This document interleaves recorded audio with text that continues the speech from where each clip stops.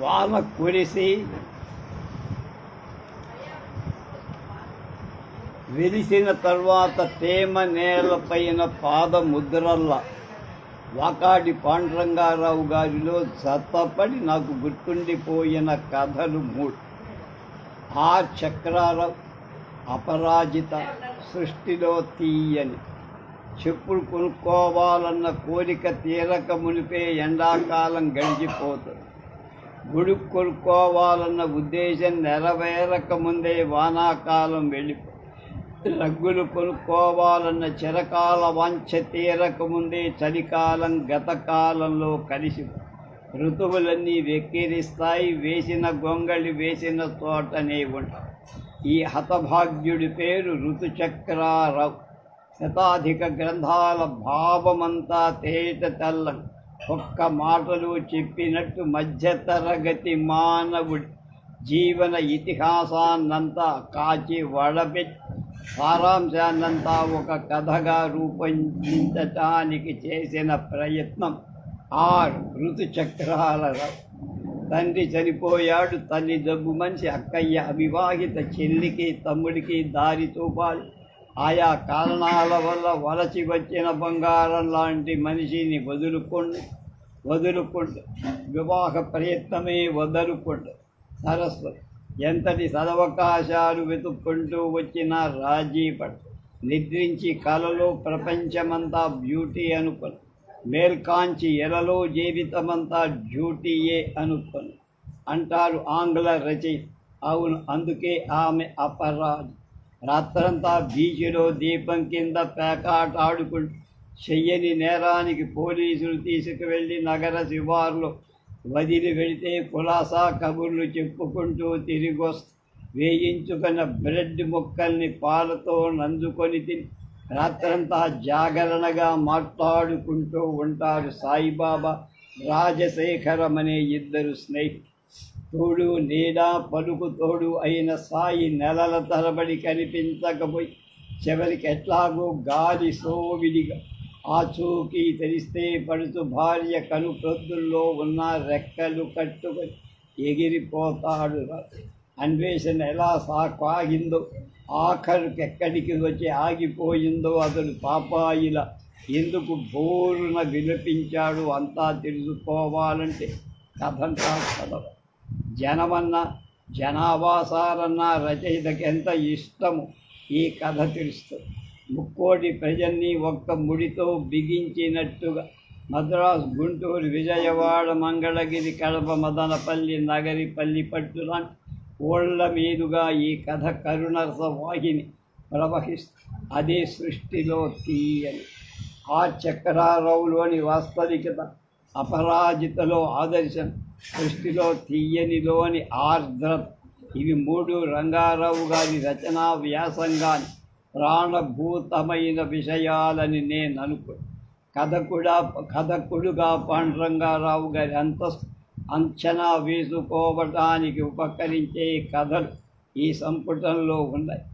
7 సముద్రాలపైన ఓడలు నడిపే ధీరోదాత్తుడే దేవేంద్రనాథ్ చౌహాన్ కథ మరపురా.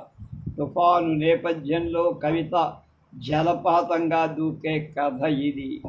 ఈడు దూడు కుది మనసు కలిసి అన్ని విధాల ఒప్పిదమైన దాంపత్యానికి రచయిత కావించిన వర్ణన కళ్ళు జిగేల్మనిపించేట్టుగా ప్రేము కట్టించి గోడకు తగిలించిన వర్ణ చిత్రంలా ఉంది. అందానికి అందం జతైతే, ఐశ్వర్యం, అవకాశం, పదవి కూడా సమకూరితే ఆనంద సంగీతానికి శరీరంలోని అణువణువు వీణగా మ్రోగే వయస్సులో భువి దివి కాదా, మనిషి గంధర్వుడు కాడా, బ్రతుకొక పున్నమి కాదా, ఆనందం అర్ణవం కాదా. ఓడ చీనా సముద్రంలో ఉండగా ఆటుపోట్లు ఎక్కువైపోయాయి. వాయుగుండం ఏర్పడి తుఫాను ప్రచండ వేగంతో ఓడకు అభిముఖంగా తరలి నువ్వుండగా నాకేం దిగులేదు. నాతో పాటు మరి 40 మంది ప్రాణాలు నీ చేతిలో ఉన్నాయి. 60-70 కోట్ల ప్రాపర్టీ ఉంది నీ చేతిలో.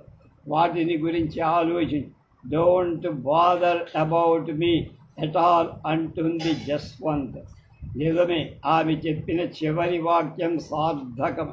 విరక్తమైపోయిన మనసును చిక్కబట్టుకోవటానికి 1 ఏడాది దేశ దిమ్మరిగా ఊళ్ళు తిరిగి చివరికి మళ్ళీ జలసూర్యపై డ్యూటీలో జాయిన్ అయ్యాడు చౌహాన్. అక్కడ ఒక వాక్యం మానవ జీవితంలో విషాద గాంభీర్యానంత కథకుడు తర్జనితో నిర్దేశి చూపినట్లే జరిగింది.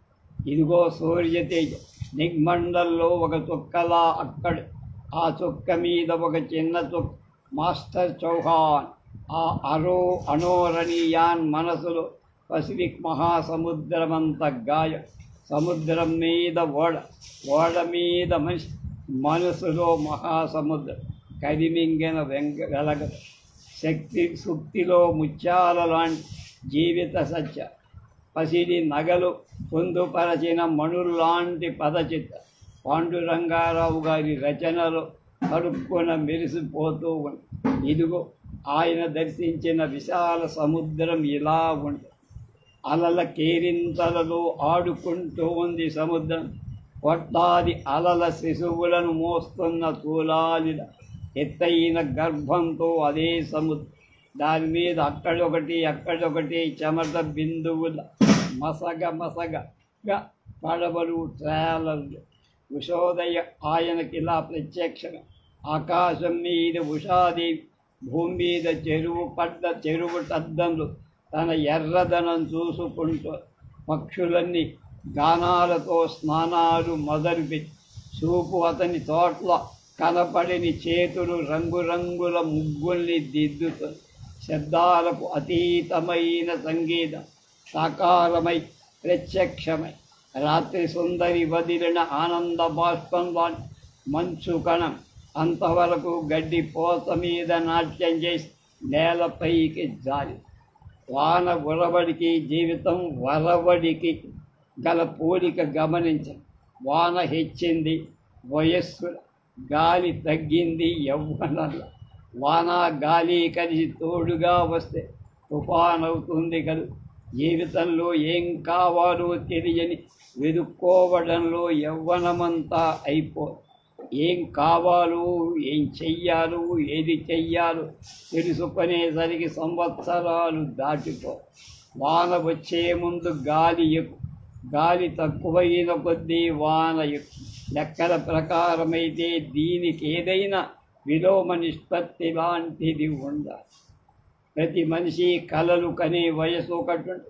అదిగో ఆ కలల జాబితా చిత్తగించండి. ఎలిజబెత్ టేలర్తో విలాసయాత్ర, రాష్ట్రపతితో విందు భోజనం, పార్లమెంట్లో అటు ప్రభుత్వం ఇటు ప్రతిపక్షం అదిరేట్లుగా మాట్లాడటం, ప్రపంచంలోని 600-700 భాషల్లోకి తర్జుమా చేసి పారేయతగిన గ్రంథరాజాన్ని రాయడం, అవలీలగా కర్ణాటక హిందుస్థానీ బాణీలలోనే కాదు బెథోవెన్ బార్ల సంగీతం కూడా వినిపించేసి తన దివ్య సంగీతాన్ని విని ఆనందాబ్ధిలో మునిగి తేలిన ఐక్యరాజ్య సమితి సభ్యులంతా హర్షధ్వానాలు చేస్తుంటే అబ్బే దీనిలో ఏముంటుందండి అన్నట్టుగా తల పంకించడం. వెస్టిండీస్ జట్టును పూర్తిగా తుత్తు చేసి పారిస్ అదే సాయంత్రం డోవర్ చేరి ఇంగ్లీష్ ఛానల్లో ఈ దేశీ అవని తీరాల ఫ్రెంచి వారితో గోష్ఠి జరపడం. అబ్బే ఇలాంటి పగటి కలలా అనుకోవాలి. పర్వాలే, కథలో సంజాయిషీ కూడా దగ్గరలోనే ఉంది. కళలు కనడానికి కిరాయి లేదుగా.